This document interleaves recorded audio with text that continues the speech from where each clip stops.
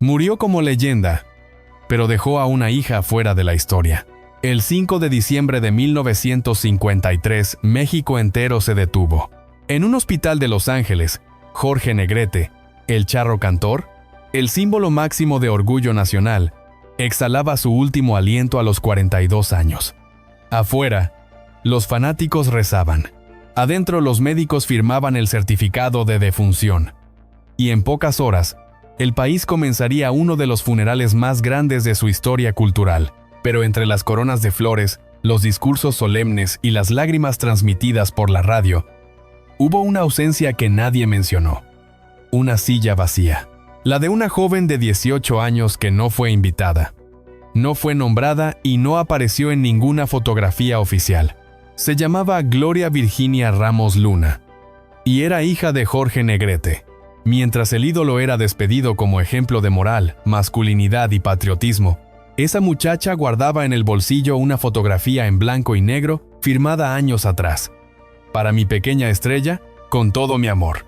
Nadie sabía que esa dedicatoria no era un gesto cariñoso, sino una confesión silenciosa. Un reconocimiento privado que nunca se atrevió a existir en público. Durante décadas, el cine de oro mexicano protegió la imagen del charro perfecto. No había espacio para errores, ni para hijas fuera del relato oficial. Legalmente, Gloria Virginia no tenía apellido. Emocionalmente, tampoco tuvo padre. Fue criada en pensiones baratas, con apoyos económicos anónimos y preguntas que nadie respondía. Sabía quién era su padre, pero aprendió desde niña que decirlo era peligroso. Esta no es una historia de mariachis ni de gloria eterna. Es la autopsia emocional de un apellido venerado, construido sobre silencios cuidadosamente calculados. La historia de cómo un hombre que cantó al amor y a la patria eligió negar a su propia sangre para salvar su imagen. Para entender esta tragedia, hay que regresar al origen, cuando Jorge Negrete aún no era leyenda, y la decisión que lo perseguiría toda la vida estaba a punto de ser tomada. Mucho antes de convertirse en el charro cantor que México elevaría a la categoría de símbolo nacional, Jorge Negrete fue un niño formado bajo una idea rígida del honor. Para comprender por qué fue capaz de negar a una hija sin dejar de amarla, es necesario retroceder hasta el punto donde se moldeó su carácter, cuando la disciplina pesaba más que el afecto y el silencio era una forma de supervivencia. Jorge Alberto Negrete Moreno nació en 1911 en Guanajuato, en el seno de una familia donde la autoridad no se discutía. Su padre, militar de carrera, creía firmemente que el carácter se forjaba con orden, obediencia y control emocional. En esa casa no se hablaba de sentimientos, se cumplían deberes, se respetaban jerarquías. El cariño, si existía, no se demostraba. Desde niño, Jorge aprendió que mostrar debilidad era una falta grave. Esa educación temprana dejó una huella profunda. Negrete creció con una necesidad constante de aprobación externa y una incapacidad casi total para gestionar los conflictos emocionales. Sabía cumplir, sabía destacar, sabía imponerse, pero no sabía explicar lo que sentía ni enfrentar las consecuencias íntimas de sus actos. Cuando algo amenazaba su estructura interna, la respuesta automática era el control o la negación. A los 16 años ingresó al colegio militar. Allí, terminó de consolidarse una idea que lo acompañaría toda la vida. El valor del hombre se mide por su disciplina y su imagen. Negrete fue un cadete ejemplar, meticuloso, perfeccionista. Aprendió a mandar antes de aprender a escuchar. Aprendió a obedecer antes de aprender a amar. Esa lógica castrense se trasladaría más tarde a su vida personal, con consecuencias irreversibles. Cuando abandonó la carrera militar para dedicarse a la música, no rompió con esa mentalidad. Simplemente la trasladó a otro escenario. La radio y luego el cine se convirtieron en nuevos campos de batalla donde debía destacar, imponerse y no fallar. Su voz de barítono, poderosa y controlada, encajaba perfectamente con esa personalidad. Cada nota era ejecutada con precisión. Cada gesto estaba calculado. El éxito llegó rápido, pero no suavizó su carácter. Al contrario, lo reforzó. Negrete comenzó a entender que su imagen pública era su mayor activo y, al mismo tiempo, su mayor prisión. El público no solo esperaba que cantara bien, Esperaba que representara una idea de México. Viril, honorable, impecable. Él asumió ese rol con seriedad casi militar. No se permitió errores visibles. En ese contexto, el afecto se volvió secundario. Las relaciones personales debían adaptarse a la carrera, no al revés. Jorge Negrete no era un hombre cruel, pero sí profundamente rígido. Amaba desde el deber, no desde la cercanía. Y cuando el deber y el amor entraban en conflicto, el deber siempre ganaba. Este rasgo explica muchas de sus decisiones posteriores. Cuando su vida sentimental comenzó a volverse compleja, Negrete reaccionó como había aprendido, ocultando, ordenando, compartimentando. Una vida pública impecable, una vida privada fragmentada. Cada problema emocional era tratado como una falla que debía corregirse en silencio. El México de los años 40 no perdonaba las contradicciones morales. Un ídolo nacional no podía mostrarse humano. No podía equivocarse como padre. No podía admitir una hija fuera del matrimonio sin poner en riesgo todo lo que representaba. Negrete lo sabía, y ese conocimiento activó su mecanismo más antiguo: proteger la estructura, aunque eso implicara sacrificar vínculos. Cuando más adelante se enfrentó a decisiones que involucraban a sus hijos, no actuó desde la maldad, sino desde el miedo. Miedo a romper la imagen, miedo a decepcionar a un país entero, miedo a fallar al ideal que él mismo había encarnado. Y ante el miedo eligió el silencio. Porque el silencio era lo que mejor sabía manejar. Ese silencio no nació con la fama. Venía de la infancia, de una casa donde no se hablaba de emociones, de una formación donde reconocer un error era perder autoridad. Jorge Negrete nunca aprendió que el amor también requiere valentía. Aprendió, en cambio, que el orden se mantiene ocultando lo que estorba. Por eso, cuando la vida le presentó una situación que no encajaba en el relato perfecto, una hija fuera del marco legal y social, respondió como siempre, negándola públicamente y sosteniéndola en la sombra. No fue un acto impulsivo, fue una decisión coherente con toda su historia personal. En el siguiente capítulo, ese conflicto interior chocará de frente con una realidad imposible de controlar: la aparición de una niña sin apellido, criada entre silencios y ayudas anónimas, obligará a Jorge Negrete a vivir dividido entre dos mundos. Y esa división marcará el inicio de una herida que ninguna canción, por poderosa que fuera, lograría cerrar. Cuando Jorge Negrete formó su primera familia legal, creyó haber encontrado el equilibrio que siempre había buscado: una esposa respetable, una hija con su apellido y una vida doméstica que, al menos en apariencia, encajaba con la imagen impecable que el país esperaba de él. Pero lo que parecía una estructura sólida estaba construida sobre una base frágil: la incapacidad emocional de un hombre acostumbrado a cumplir deberes, no a sostener vínculos. En 1940, Jorge Negrete se casó con la actriz Elisa Christie. La unión fue celebrada por la prensa como la confirmación de que el ídolo también podía ser un hombre de familia. Al año siguiente nació Diana Negrete Christie, su única hija reconocida legalmente. Para el exterior, la escena era perfecta: el charro cantor, la esposa discreta, la niña sonriente. Una postal ideal del México que él representaba. Sin embargo, puertas adentro, la historia era distinta. Negrete no sabía habitar la vida doméstica. La rutina familiar chocaba con su carácter disciplinado y su agenda implacable. Las giras, los rodajes y los compromisos públicos lo mantenían lejos de casa durante largos periodos. Cuando regresaba, lo hacía cansado, distante, más preocupado por mantener el control que por compartir afecto. Elisa Christie intentó sostener el hogar. Entendía la importancia de la carrera de su esposo y aceptó, durante un tiempo, sus ausencias y silencios. Pero la maternidad cambió la ecuación. Diana crecía con un padre famoso, pero poco presente. Las fotografías familiares no lograban ocultar una verdad incómoda. Jorge Negrete era un padre simbólico, más que cotidiano. La tensión aumentó rápidamente. Elisa reclamaba atención, estabilidad, participación real en la crianza. Negrete respondía con evasivas. No discutía, no explicaba, no confrontaba, simplemente se alejaba. Para él, el conflicto emocional era un terreno desconocido y peligroso. Prefería el silencio antes que admitir un fracaso íntimo. En 1942, cuando Diana tenía apenas 2 años, el matrimonio se rompió.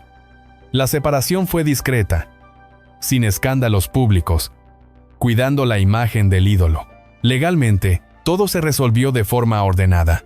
Emocionalmente, las consecuencias fueron profundas.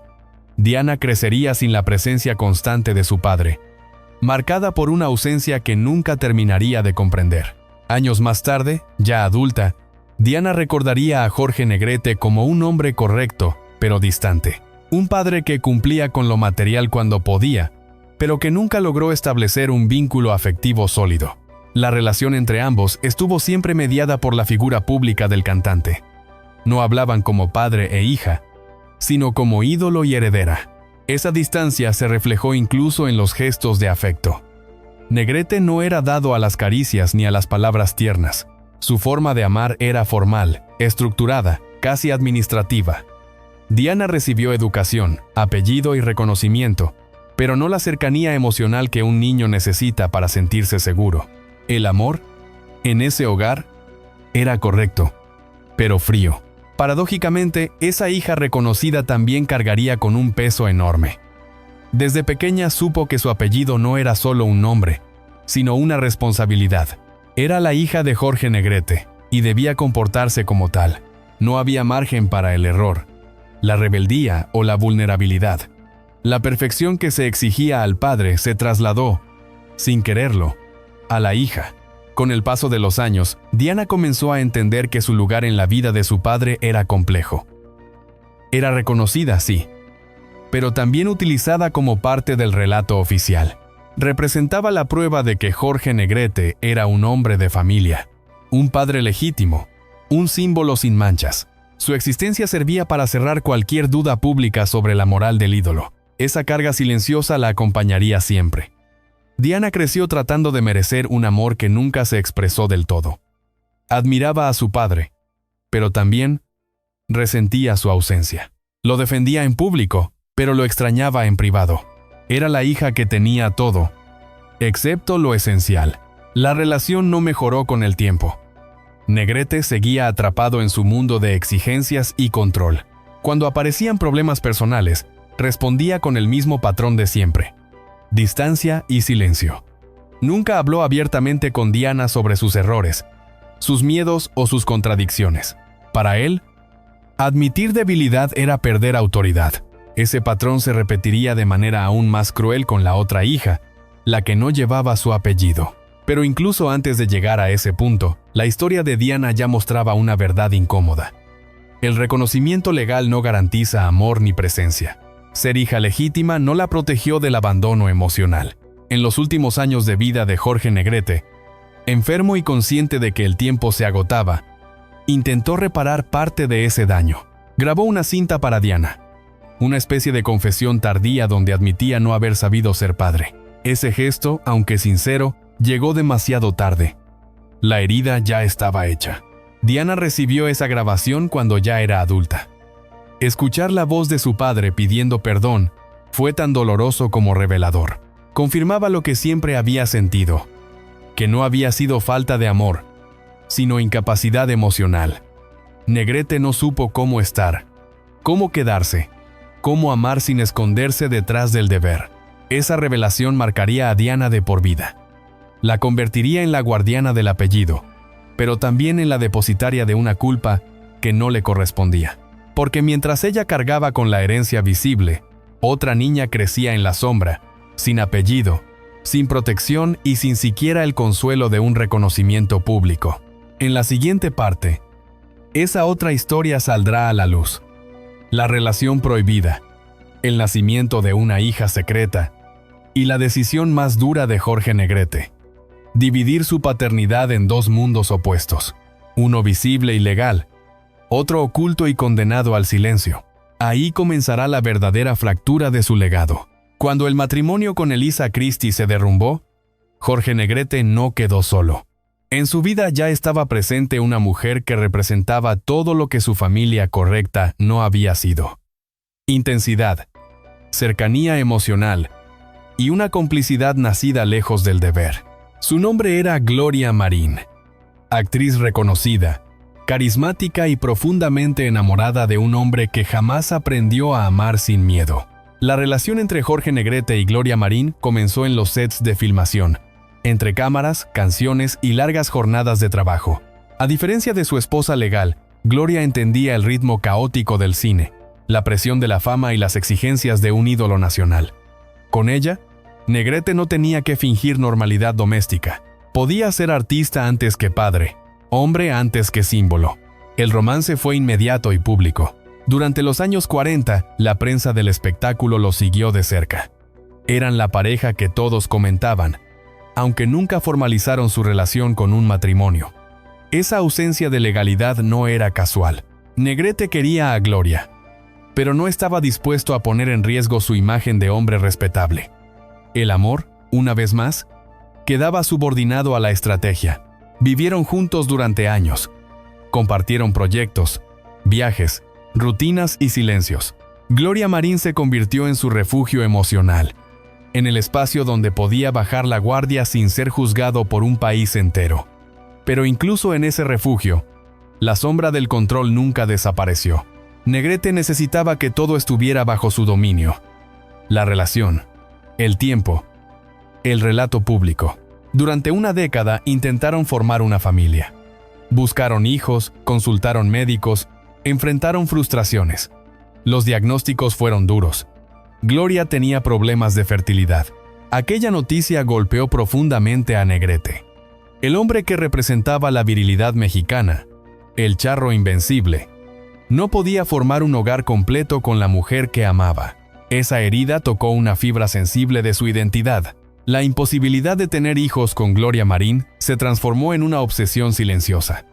Negrete no hablaba del tema, pero lo cargaba como una derrota personal. En público seguía cantando al amor y a la patria. En privado se enfrentaba a la idea de que su vida no encajaba con el ideal que él mismo había encarnado. Esa tensión desgastó la relación. Con el paso del tiempo, los conflictos se acumularon. Celos, ausencias, rumores de infidelidad. Gloria Marín quería una familia real, no solo un amor clandestino tolerado por la prensa. Negrete, en cambio, necesitaba mantener las apariencias. Nunca quiso dar el paso definitivo. Nunca se atrevió a elegir sin calcular las consecuencias públicas. La relación terminó de forma ambigua, sin un cierre claro. No hubo una ruptura escandalosa, pero sí un distanciamiento irreversible. Negrete volvió a la soledad con fama intacta y una sensación de fracaso íntimo que no supo procesar. Gloria Marín siguió con su carrera, cargando la historia de un amor que nunca pudo ser completo. Fue en ese contexto de vacío emocional cuando apareció una niña que cambiaría todo. Gloria Virginia Ramos Luna no nació dentro de un hogar estable ni bajo un apellido protector. Su llegada estuvo rodeada de rumores, silencios y versiones contradictorias. Dentro de la industria muchos sabían la verdad. Fuera de ella, nadie se atrevía a decirla. Negrete sabía perfectamente quién era esa niña. Sabía que llevaba su sangre. Sabía que era el hijo que no pudo tener con Gloria Marín, y que había llegado en el momento menos conveniente. La paternidad, lejos de ser una alegría, se convirtió en una amenaza directa a su imagen pública. Reconocerla significaba admitir una vida paralela, una contradicción moral inaceptable para el México de la época. La decisión que tomó entonces marcaría 2 infancias para siempre. Negrete eligió no reconocerla legalmente. Optó por una solución intermedia, cruel en su ambigüedad. Ayuda económica discreta, cartas cifradas, fotografías firmadas sin contexto, presencia a medias, amor escondido, silencio absoluto en público. Para él, era una forma de cumplir sin destruir lo que había construido. Para la niña, fue el inicio de una vida marcada por la ausencia y la confusión. Crecería sabiendo quién era su padre, pero sin poder decirlo, viviendo en colonias modestas mientras su apellido llenaba teatros y radios, aprendiendo desde muy temprano que la verdad podía ser peligrosa. Mientras tanto, Negrete intentó recomponer su imagen. El país seguía viéndolo como ejemplo moral. Su carrera continuaba. Nadie sospechaba que detrás del charro impecable había un hombre dividido, incapaz de asumir las consecuencias de sus decisiones íntimas. La paternidad secreta se convirtió en una carga que arrastraría hasta la muerte. El conflicto no terminó ahí. Poco después, Jorge Negrete conocería a la mujer que terminaría de sellar su destino público, María Félix. Con ella llegaría la oportunidad de limpiar definitivamente cualquier rastro de escándalo y consolidar una imagen intocable. Pero ese nuevo matrimonio tendría un precio altísimo para la niña que ya había sido empujada a la sombra. En el siguiente capítulo, la historia dará un giro definitivo. El ídolo nacional elegirá entre el amor privado y la gloria pública. Y al hacerlo, condenará a Gloria Virginia a crecer sin apellido, sin derechos y sin voz, mientras él alcanza la cúspide de su reconocimiento. Ahí, el silencio dejará de ser una estrategia y se convertirá en una herida abierta que ningún éxito podrá cerrar. La boda de Jorge Negrete con María Félix no fue solo un acontecimiento social, fue una operación de limpieza histórica. En febrero de 1952, México entero celebró la unión de dos mitos, el charro cantor y la doña. Para el público, aquel matrimonio sellaba la perfección moral de un ídolo. Para Jorge Negrete, significó algo más profundo y devastador. La decisión definitiva de sacrificar una verdad incómoda para proteger una imagen irreparable. María Félix no era una mujer común. Era poder, carácter y control absoluto de su narrativa. Desde el primer momento dejó claro que no compartiría a su marido con fantasmas del pasado. No aceptaba medias verdades ni silencios ambiguos. Su matrimonio debía ser limpio, incontestable, blindado frente a cualquier rumor. Negrete lo entendió y obedeció. Con ese sí pronunciado ante cámaras y titulares, comenzó el borrado sistemático de Gloria Virginia Ramos Luna. Hasta entonces, la niña había existido en un espacio gris. No reconocida, pero tampoco completamente abandonada. Había ayudas discretas, intermediarios, pequeñas señales de presencia paterna.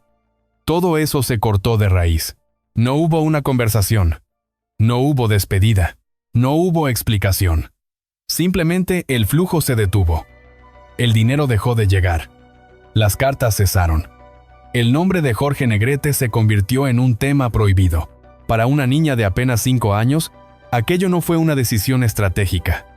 Fue un abandono repentino, absoluto, incomprensible. Negrete justificó su elección como un acto necesario. En su mente, estaba protegiendo algo más grande que él mismo. El matrimonio con María Félix lo colocaba en la cúspide definitiva de la historia cultural mexicana. Era el cierre perfecto de una carrera sin manchas visibles. Reconocer una hija fuera del matrimonio en ese momento habría sido dinamitar todo lo construido durante décadas. Pero esa lógica, fría y calculada, no contemplaba el daño humano. Gloria Virginia creció viendo el rostro de su padre en carteles, revistas y pantallas, mientras ella luchaba por sobrevivir en la periferia. Sabía que él estaba vivo, sabía que la había querido alguna vez, y sabía, sobre todo, que había decidido borrarla. El silencio se convirtió en norma. La madre de Gloria Virginia entendió rápidamente que insistir era inútil y peligroso. En un país donde la figura de Negrete rozaba lo sagrado, nadie quería enfrentarlo. La niña fue educada para callar, para no hacer preguntas en público, para aceptar que su verdad no tenía lugar en el relato oficial. Mientras tanto, Jorge Negrete construía una nueva vida. Con María Félix, la relación era intensa, dominante, exigente. Ella controlaba el entorno, las decisiones y la imagen. Él, acostumbrado a obedecer estructuras fuertes, se acomodó en ese rol. El matrimonio fue breve, pero contundente. En poco tiempo, su salud comenzó a deteriorarse, acelerada por años de excesos y tensiones acumuladas. En esos meses finales, la figura de Gloria Virginia no reapareció en su vida pública. No hubo intentos de reparación visibles. El silencio se mantuvo intacto, incluso cuando la enfermedad le recordó que el tiempo se agotaba. Negrete siguió el mismo patrón que había aprendido desde niño. No confrontar emociones, no desordenar la estructura, no mostrar debilidad. Para Gloria Virginia, aquellos años fueron una sucesión de mudanzas, carencias y preguntas sin respuesta. Creció sin apellido, sin derechos y sin la posibilidad de reclamar nada. Legalmente, no existía. Emocionalmente, cargaba una ausencia constante. Cada nueva película de su padre era una mezcla de orgullo y dolor. Un recordatorio de lo cerca y lo lejos que estaba al mismo tiempo. La boda con María Félix no solo selló una unión, selló un destino.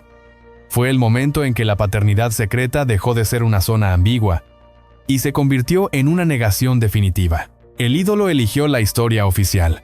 La niña quedó fuera del encuadre. Cuando Jorge Negrete murió en diciembre de 1953, el país lloró a un héroe. Gloria Virginia no fue llamada, no fue mencionada, no fue reconocida. Tenía apenas 6 años. Su padre se había ido llevándose consigo la única posibilidad de ser nombrada en vida. Pero la historia no terminaría ahí. Porque los silencios, cuando se prolongan demasiado, dejan rastros. Cartas, fotografías, testimonios, pruebas morales que no prescriben. Años después, una revelación inesperada comenzaría a resquebrajar la versión oficial y pondría en duda la imagen inmaculada del charro cantor. En la siguiente parte, una carta secreta escrita antes de morir saldrá a la luz. Un documento sin valor legal, pero con un peso ético devastador. Ahí, por primera vez, Jorge Negrete admitiría lo que negó toda su vida. Y esa confesión tardía cambiaría para siempre la forma de mirar su legado. Cuando Jorge Negrete murió, parecía que todos los secretos habían sido enterrados con él. El ídolo se había ido sin escándalos públicos, sin juicios, sin reclamos visibles. El país conservó intacta la imagen del charro cantor honorable, y la historia oficial siguió su curso sin fisuras. Sin embargo, en un cajón olvidado, lejos de los reflectores, existía un documento que nunca debió sobrevivir al silencio. Una carta. No era un testamento formal, no estaba certificada por notarios, ni tenía valor jurídico. Precisamente por eso, era peligrosa. Porque no hablaba de dinero ni de herencias, sino de algo mucho más incómodo. La verdad emocional que Jorge Negrete jamás se atrevió a pronunciar en voz alta. La carta fue escrita poco antes de su muerte, cuando la enfermedad ya no le permitía seguir fingiendo control. En ella no aparecía el nombre completo de Gloria Virginia, ni una declaración explícita de paternidad ante la ley. Pero las palabras eran claras para cualquiera que supiera leer entre líneas. La persona que lleva mi sangre, aunque no lleve mi apellido. Esa frase, breve y devastadora, confirmaba lo que durante años había sido solo un rumor silenciado. Negrete sabía que estaba muriendo, y como muchos hombres formados en la disciplina y el deber, no buscó redención pública, sino alivio personal. La carta no estaba dirigida a la prensa ni a los tribunales. Estaba pensada para un círculo íntimo, casi como un acto de conciencia. No quería destruir la imagen que tanto había protegido, pero tampoco quería morir negando por completo a su hija. Ese gesto, a medio camino entre el amor y la cobardía, marcaría el destino de Gloria Virginia décadas después, porque cuando la carta salió a la luz, ya no podía cambiar el pasado, pero sí cuestionar el relato oficial que México había aceptado sin dudar. El documento apareció muchos años después, cuando los conflictos por la herencia moral de Negrete comenzaron a emerger. No fue revelado por voluntad propia de la familia directa, sino como resultado de revisiones, mudanzas y archivos personales que salieron del control original. Cuando su contenido se conoció, el impacto fue inmediato entre quienes conocían la historia desde dentro. Para Gloria Virginia, la carta fue una confirmación dolorosa. No le devolvía derechos, ni apellido, ni años perdidos, pero validaba algo fundamental. No había sido una fantasía. No había sido una mentira contada por terceros. Su padre había sabido siempre quién era ella. La había reconocido, aunque solo en la intimidad de un papel escondido. Para el resto del país, en cambio, la carta fue incómoda. No encajaba con la imagen del héroe sin fisuras. No era lo suficientemente explícita como para exigir una revisión histórica completa, pero sí lo bastante clara como para sembrar dudas. ¿Por qué un hombre tan seguro de sí mismo necesitaría dejar una confesión velada? ¿Qué estaba intentando reparar? La respuesta es simple y cruel. Jorge Negrete quiso hacer las paces consigo mismo, no con su hija. La carta no fue un acto de valentía pública, sino un gesto privado de culpa. No buscó justicia, sino descanso. Y ese matiz es el que hace que el documento sea tan perturbador. Legalmente, no cambió nada. Gloria Virginia siguió sin existir ante los tribunales. El apellido Negrete continuó ligado únicamente a la hija reconocida. La carta no fue aceptada como prueba suficiente en ningún proceso formal. Era una verdad sin consecuencias prácticas. Y precisamente por eso, una herida abierta. Emocionalmente, en cambio, lo cambió todo. Porque demostraba que el silencio no había sido ignorancia, sino elección. Negrete no había sido víctima de circunstancias inevitables. Había tomado decisiones conscientes para proteger su imagen, aún sabiendo el daño que causaba. La carta lo exponía no como villano, sino como un hombre incapaz de enfrentar el conflicto entre el deber público y la responsabilidad privada. El impacto de esa revelación también alcanzó a la hija reconocida, Diana Negrete. Para ella, la carta confirmó algo que había sospechado durante años, que su padre había llevado una vida paralela, cuidadosamente compartimentada. Diana entendió entonces que la distancia emocional que siempre sintió no era casual, sino parte de una estructura mucho más amplia de silencios. La figura de María Félix, ya ausente, volvió a aparecer de forma indirecta. El matrimonio que había blindado la imagen pública de Negrete también había sellado la necesidad de ocultar cualquier verdad incómoda. La carta era en cierto modo el único espacio donde el charro cantor se permitió ser simplemente un hombre lleno de contradicciones. Con el tiempo, el documento adquirió un valor simbólico enorme. No por lo que otorgaba, sino por lo que revelaba. Que incluso los ídolos más sólidos arrastran culpas que no pueden cantar en escena. La carta se convirtió en la prueba de que la historia oficial siempre es incompleta. Pero todavía faltaba lo peor. Porque al hacerse pública esa confesión tardía, se abriría una nueva etapa del conflicto. Una etapa donde la verdad emocional chocaría de frente con la ley, el dinero y el poder. Y en ese choque, Gloria Virginia descubriría que ser reconocida en palabras no significa ser reconocida en derechos. En la siguiente parte, la historia entrará en los tribunales y en las disputas por el legado. La carta será usada, cuestionada y finalmente ignorada.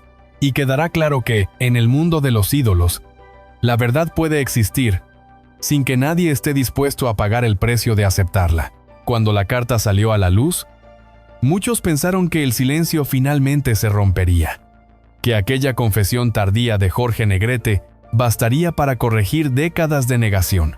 Pero la realidad fue mucho más dura, porque una cosa es admitir una verdad en palabras, y otra muy distinta es enfrentar las consecuencias legales, económicas y sociales de esa verdad. Y ahí, una vez más, Gloria Virginia quedó sola. El documento no fue recibido como una revelación, sino como un problema. Para los abogados de la familia oficial, la carta no tenía valor jurídico. No llevaba firmas certificadas. No mencionaba nombres completos.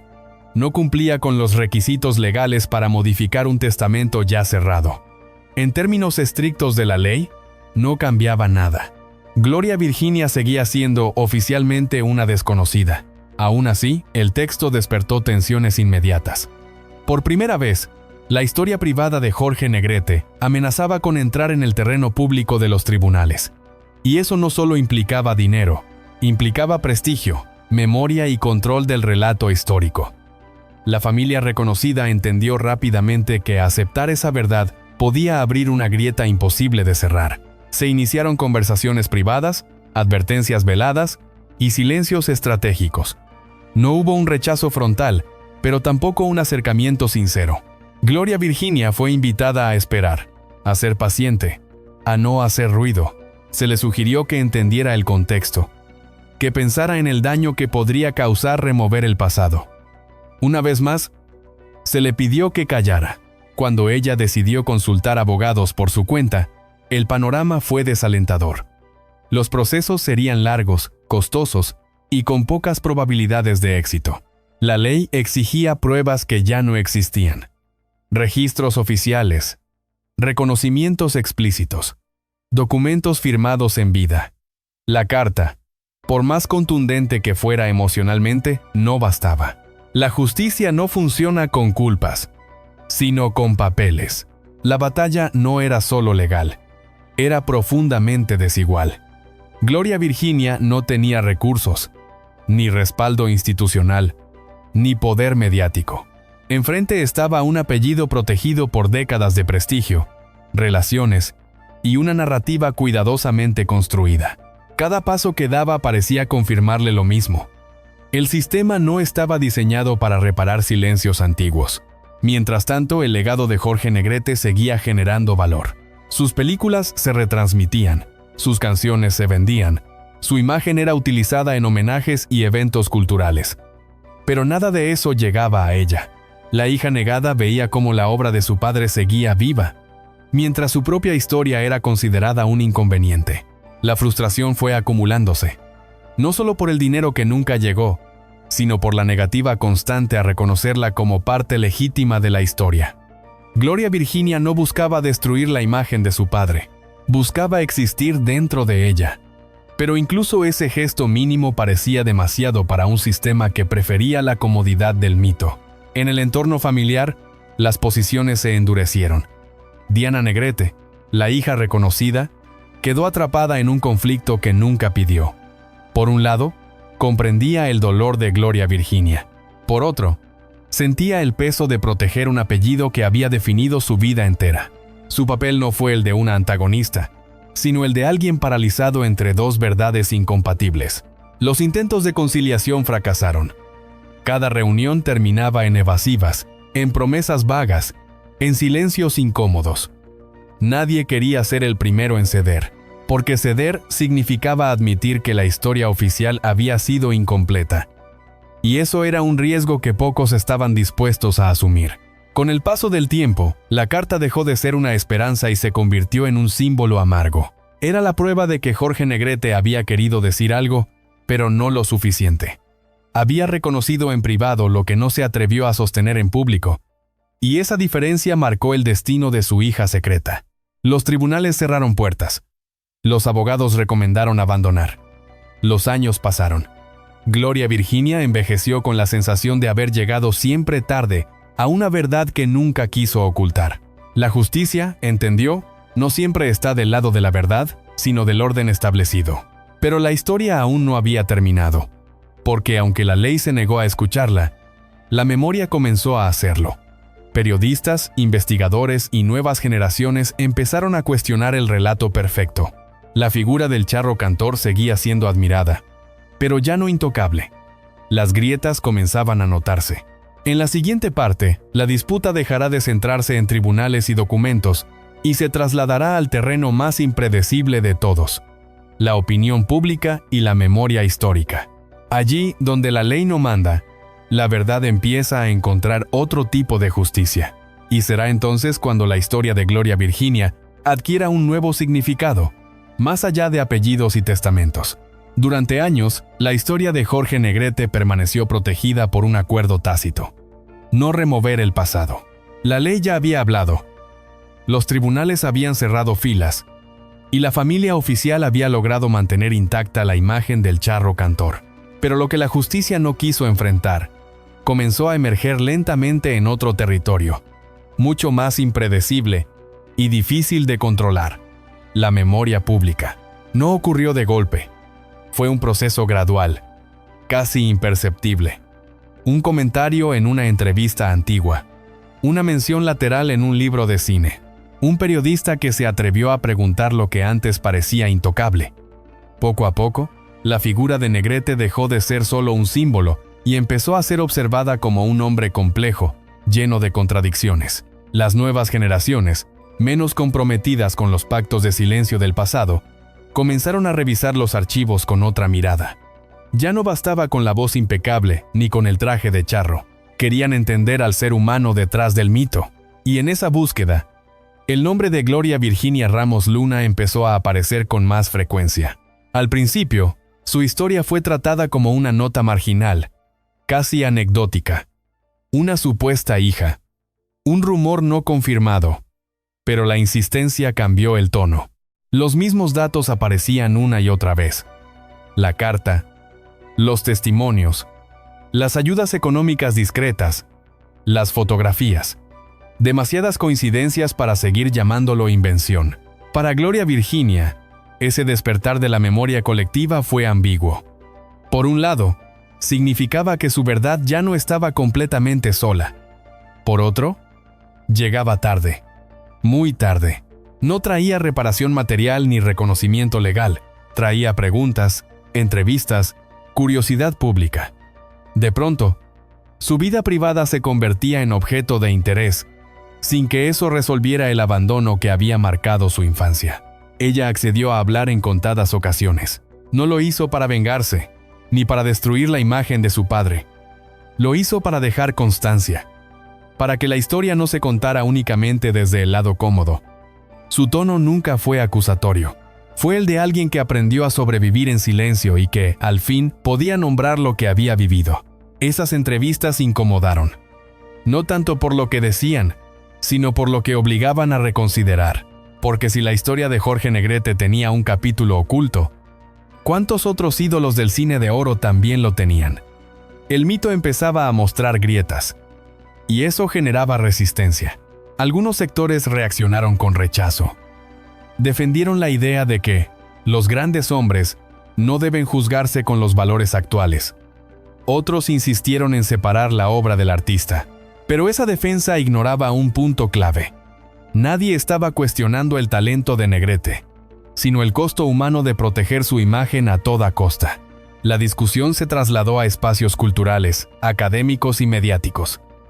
No fue un escándalo masivo, pero sí un murmullo persistente. Lo suficiente para que la historia dejara de ser completamente invisible. Gloria Virginia ya no era solo una figura borrada. Era parte de una conversación incómoda sobre paternidad, poder y silencio. Mientras tanto, los homenajes continuaban. Estatuas, ciclos de cine, conmemoraciones. La figura pública de Negrete seguía siendo celebrada, pero ahora con un matiz distinto. Algunos eventos comenzaron a mencionar la complejidad de su vida personal. Una frase vaga pero significativa. El mito empezaba a ceder espacio a la realidad. Para la familia reconocida, este cambio fue difícil, no porque desconocieran la verdad, sino porque verla circular públicamente significaba perder el control del relato. Durante décadas, habían sido los guardianes de una imagen. Ahora, esa imagen se reinterpretaba sin pedir permiso. Diana Negrete, atrapada una vez más entre dos mundos, optó por el silencio. Nunca negó abiertamente la existencia de Gloria Virginia, pero tampoco la defendió públicamente. Su posición fue la de quien entiende el dolor, pero no sabe cómo enfrentarlo sin derrumbar todo lo que ha sostenido. Esa ambigüedad, aunque humana, dejó a Gloria Virginia nuevamente sola en el centro del debate. El tiempo siguió avanzando. Gloria Virginia envejeció sin apellido, sin herencia y sin justicia formal. Pero algo había cambiado. Ya no estaba completamente borrada. Su historia comenzaba a formar parte del relato no oficial del cine mexicano. Un relato más honesto, menos idealizado. Ese reconocimiento simbólico, aunque insuficiente, tuvo un efecto inesperado. Nietos, investigadores y jóvenes creadores comenzaron a interesarse por las historias que habían quedado fuera del encuadre. No solo la suya, sino la de muchas otras mujeres y niños silenciados por la necesidad de proteger figuras públicas. La memoria, a diferencia de la ley, no tiene plazos de prescripción. Puede tardar décadas, pero regresa. Y cuando lo hace, no pide permiso. La historia de Gloria Virginia se convirtió en una advertencia silenciosa. Los mitos nacionales se construyen, muchas veces, sobre sacrificios invisibles, pero aún quedaba una pregunta sin responder. Una pregunta que no tenía que ver con el pasado, sino con el sentido de recordarlo. ¿Qué hacer con esa verdad ahora que ya no podía cambiar nada? ¿Cómo integrar la herida sin convertirla en espectáculo ni negarla por comodidad? En la siguiente y última parte, la historia llegará a su cierre definitivo. No con un fallo judicial ni con una revelación más, sino con una reflexión incómoda. ¿Qué significa honrar a un ídolo cuando sabemos que su grandeza tuvo un precio humano? Ahí, entre la memoria y la conciencia, se decidirá si esta historia termina solo como tragedia o como lección. A estas alturas, la historia de Jorge Negrete ya no podía volver a su estado original. El mito había sido tocado, no destruido, pero sí cuestionado. La figura del charro cantor seguía ocupando un lugar privilegiado en la memoria cultural de México, pero ahora cargaba con una sombra que no desaparecía. La de una hija negada, una verdad reconocida a medias y una reparación que nunca llegó. Para Gloria Virginia, el reconocimiento tardío de la memoria pública no significó alivio. Fue, en muchos sentidos, una segunda forma de abandono. Durante décadas había luchado por ser vista cuando aún tenía fuerzas, cuando aún necesitaba respuestas. Ahora, cuando el interés aparecía, ya no quedaba nada que reclamar salvo la dignidad de su historia. Las entrevistas se multiplicaron. Periodistas jóvenes, investigadores culturales y documentalistas comenzaron a buscarla. Querían escuchar su versión, rescatar la parte olvidada del relato. Pero esa atención tenía un costo emocional. Cada pregunta reabría heridas que nunca habían cicatrizado. Cada titular la volvía a colocar en el lugar que siempre había ocupado, la hija de la que nadie se hizo cargo. Gloria Virginia entendió entonces algo devastador. La verdad no siempre libera. A veces solo confirma lo que ya se ha perdido. Su padre había muerto sin reconocerla públicamente. La ley la había ignorado. La familia oficial la había mantenido al margen. Y ahora, la memoria colectiva la aceptaba cuando ya no podía cambiar nada. El país empezaba a debatir el legado de Negrete con mayor complejidad. Algunos intelectuales planteaban que era posible admirar su obra y al mismo tiempo aceptar sus fallas humanas. Otros defendían que remover estos episodios solo servía para manchar a figuras históricas. La discusión se volvía incómoda, pero necesaria, porque obligaba a enfrentar una pregunta central. ¿Qué hacemos con los ídolos cuando descubrimos sus silencios? En ese debate, Gloria Virginia nunca fue una voz estridente. No buscó protagonismo ni reparación simbólica exagerada. Su postura fue siempre la misma: contar lo que vivió, sin adornos ni ataques. Esa sobriedad le dio credibilidad, pero también la dejó expuesta, porque en un país acostumbrado a extremos, su relato no encajaba ni como escándalo ni como homenaje. Con el paso del tiempo, su salud comenzó a deteriorarse. Las dificultades económicas nunca desaparecieron del todo. No hubo una compensación tardía, ni un gesto institucional que reconociera el daño. Gloria Virginia envejeció con la conciencia clara de que su historia sería recordada, pero no reparada. Esa diferencia es fundamental. Mientras tanto, la industria cultural siguió capitalizando el nombre de Jorge Negrete. Nuevas ediciones de sus películas, reediciones de discos, exposiciones conmemorativas. El legado seguía generando valor simbólico y económico, sin que eso se tradujera en justicia para quienes habían quedado fuera del relato oficial. Algunos intentaron impulsar un reconocimiento formal, al menos histórico. Propuestas de incluir la historia de Gloria Virginia en exposiciones o publicaciones oficiales. Pero esas iniciativas avanzaron lentamente, encontrando resistencias silenciosas. Aceptar esa verdad implicaba admitir que el cine de oro también tuvo víctimas invisibles. La ironía era imposible de ignorar. Un hombre que cantó al honor, al amor y a la patria, había construido su grandeza sacrificando una parte íntima de su propia historia. Y esa contradicción no podía resolverse con homenajes ni con silencios prolongados. Solo podía ser entendida. En los últimos años de su vida, Gloria Virginia dejó claro que no buscaba venganza. Su mayor temor era desaparecer sin haber sido nombrada. No quería que su historia se convirtiera en un pie de página dudoso. Quería que quedara constancia de que existió, de que fue hija, de que fue negada. Nada más, nada menos. Ese deseo comenzó a cumplirse lentamente. Investigaciones más serias, libros con enfoque crítico, producciones audiovisuales que abordaban el cine de oro desde una mirada menos idealizada. Gloria Virginia empezó a aparecer no como un rumor, sino como un hecho documentado, no como amenaza al legado, sino como parte inseparable de él. Sin embargo, ese reconocimiento llegó con una sensación amarga, porque aceptar la verdad no siempre implica asumir responsabilidad. El país podía hablar de ella, pero no había mecanismos para reparar lo perdido. La memoria pública avanzaba, pero la justicia seguía inmóvil. Ahí reside el núcleo más doloroso de esta historia. La verdad salió a la luz, pero no salvó a nadie. No cambió el pasado. No ofreció consuelo real. solo dejó una enseñanza incómoda. Los silencios estratégicos pueden sostener mitos durante décadas, pero cuando se rompen, ya es demasiado tarde para quienes pagaron el precio. En la siguiente parte, la historia se acercará a su final definitivo, no desde la perspectiva del ídolo ni de la industria, sino desde la pregunta más difícil de todas. ¿Qué significa cerrar una herida cuando nunca hubo justicia?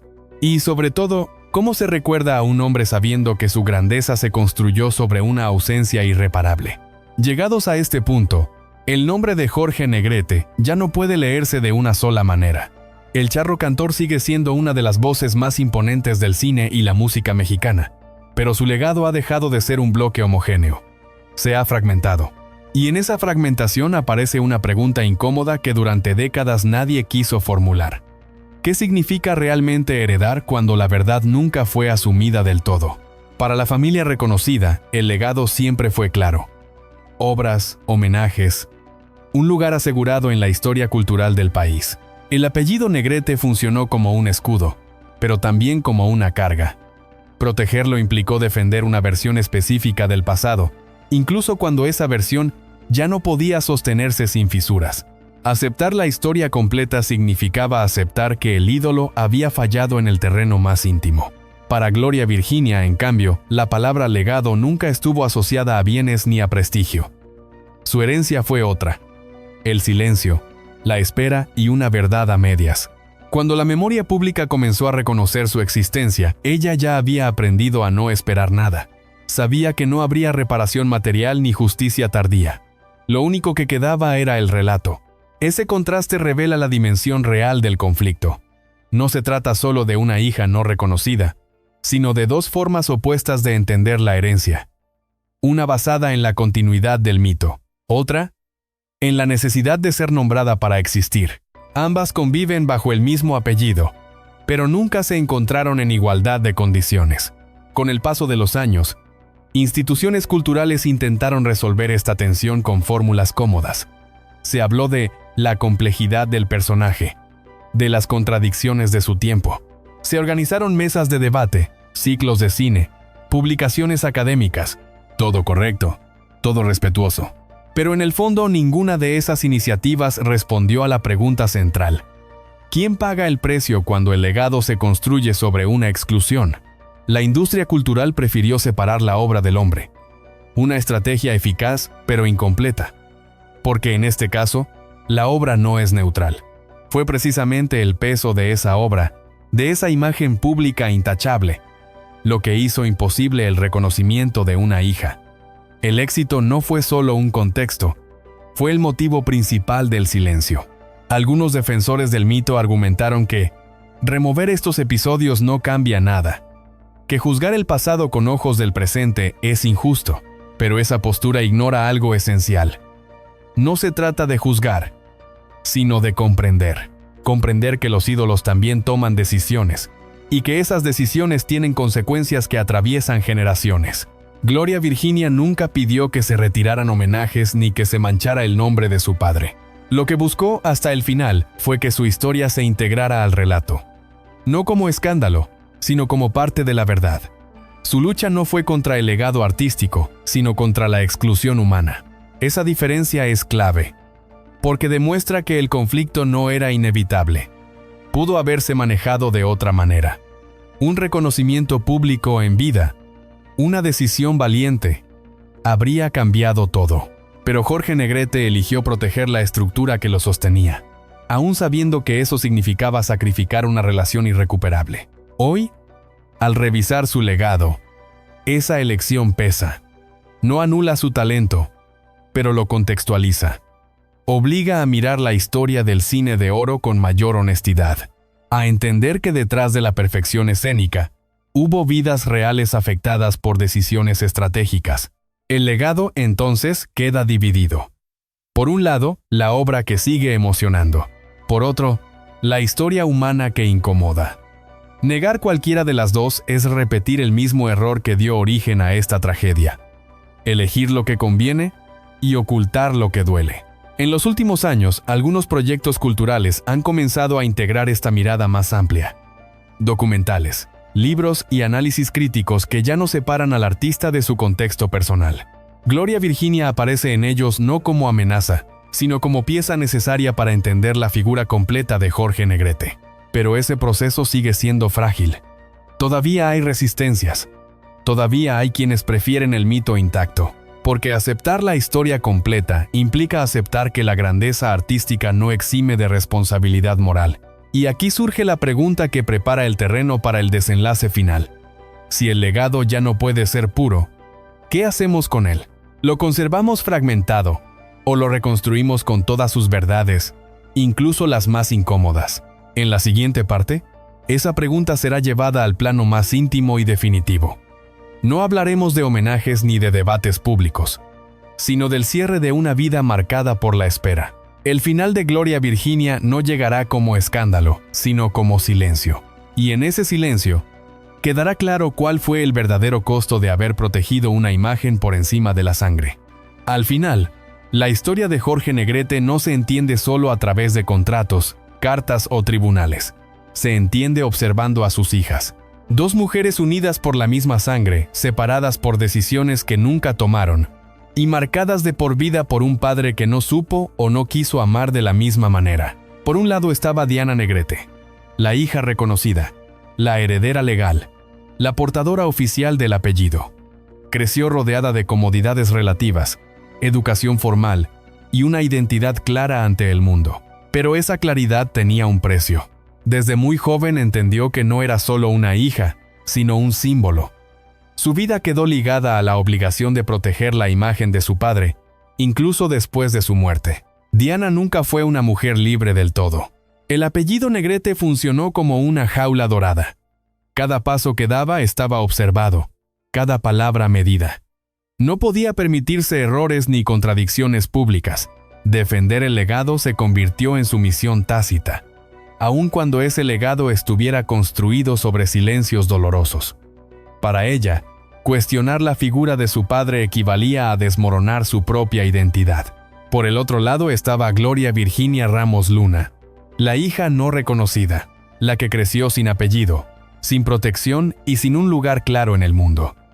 Su infancia estuvo marcada por mudanzas, carencias económicas y una constante sensación de provisionalidad. Nunca supo qué era pertenecer a una familia completa. Su herencia fue la espera y el silencio. Mientras Diana aprendía a representar un legado, Gloria Virginia aprendía a sobrevivir sin él. Cada una desarrolló mecanismos distintos para enfrentar la ausencia paterna. Diana se aferró al deber y al orden. Gloria Virginia, a la paciencia y a la resistencia silenciosa. Ninguna tuvo un padre presente. Ambas crecieron con una figura idealizada y distante. El contraste entre sus vidas es brutal, pero también revelador. Diana tuvo reconocimiento, pero no cercanía emocional. Gloria Virginia tuvo recuerdos fragmentados y cartas ocultas, pero ninguna validación pública. En ambos casos, el amor paterno llegó incompleto. De formas distintas, pero igualmente insuficientes. Con el paso de los años, las dos mujeres entendieron que no eran enemigas. Eran piezas de un mismo sistema de decisiones que las había colocado en lados opuestos. Sin embargo, el peso del pasado impidió cualquier acercamiento real. El silencio que Jorge Negrete había impuesto se filtró entre ellas como una barrera invisible. Diana, consciente del daño que podía causar una verdad mal gestionada, optó casi siempre por la discreción. No negó abiertamente a Gloria Virginia, pero tampoco la reconoció públicamente como hermana. Su postura fue la de quien ha sido educada para no mover los cimientos, incluso cuando sabe que están agrietados. Esa elección, aunque comprensible, profundizó la soledad de la otra. Gloria Virginia, por su parte, nunca exigió un lugar que no le ofrecieron. Esperó gestos que nunca llegaron.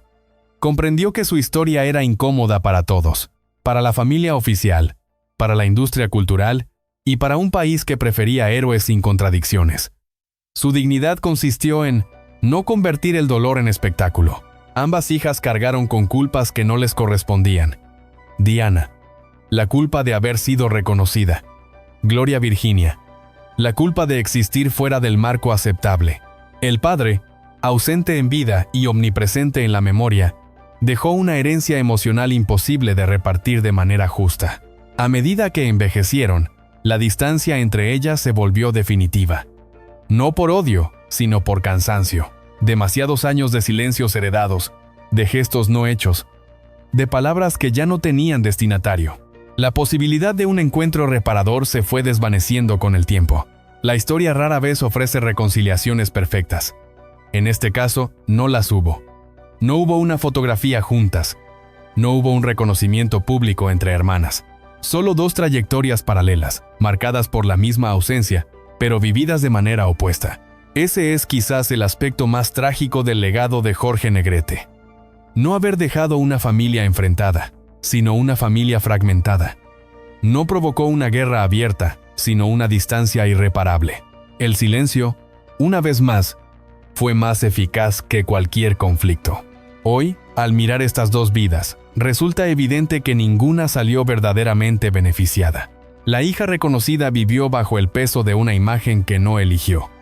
La hija negada vivió bajo la sombra de un apellido que nunca pudo usar. Ambas pagaron el precio de una decisión tomada décadas antes, en nombre de la fama y del orden. Y sin embargo, todavía falta un último acto. Porque cuando una de estas dos mujeres se apaga, la historia no termina con ella. Queda una pregunta sin respuesta, flotando en el aire como un eco incómodo. ¿Qué queda cuando ya no hay hijas que esperen, ni apellidos que defender? En la siguiente y última parte, la historia llegará a su cierre definitivo. No hablaremos de herencias ni de disputas, sino de memoria, de cómo un país recuerda a sus ídolos cuando ya conoce el costo humano de su grandeza, y de si ese recuerdo puede al menos ofrecer una forma tardía de justicia. La historia de Jorge Negrete no termina en una canción ni en un aplauso eterno. Termina en una pregunta incómoda que sigue resonando décadas después. ¿Qué precio tiene proteger una imagen cuando el costo lo pagan quienes esperan en la sombra? Negrete fue un artista inmenso y un símbolo de su tiempo. Pero también fue un hombre atrapado entre el deber público y la responsabilidad privada. Eligió el orden antes que la verdad, el silencio antes que la valentía. Esa elección no borró su talento, pero sí dejó una herida que nunca cerró del todo. Hoy, cuando su voz aún emociona, sabemos algo más. Sabemos que los mitos se construyen con luces, pero también con ausencias, y que la grandeza artística no exime de consecuencias humanas. Reconocerlo no destruye la memoria, la completa. Tal vez la única justicia posible sea contar la historia entera, sin escándalo ni veneración ciega. Recordar al ídolo, sí, pero también a quienes quedaron fuera del encuadre, porque solo cuando el silencio se nombra, deja de repetirse. Y solo entonces, la memoria se vuelve un acto de honestidad.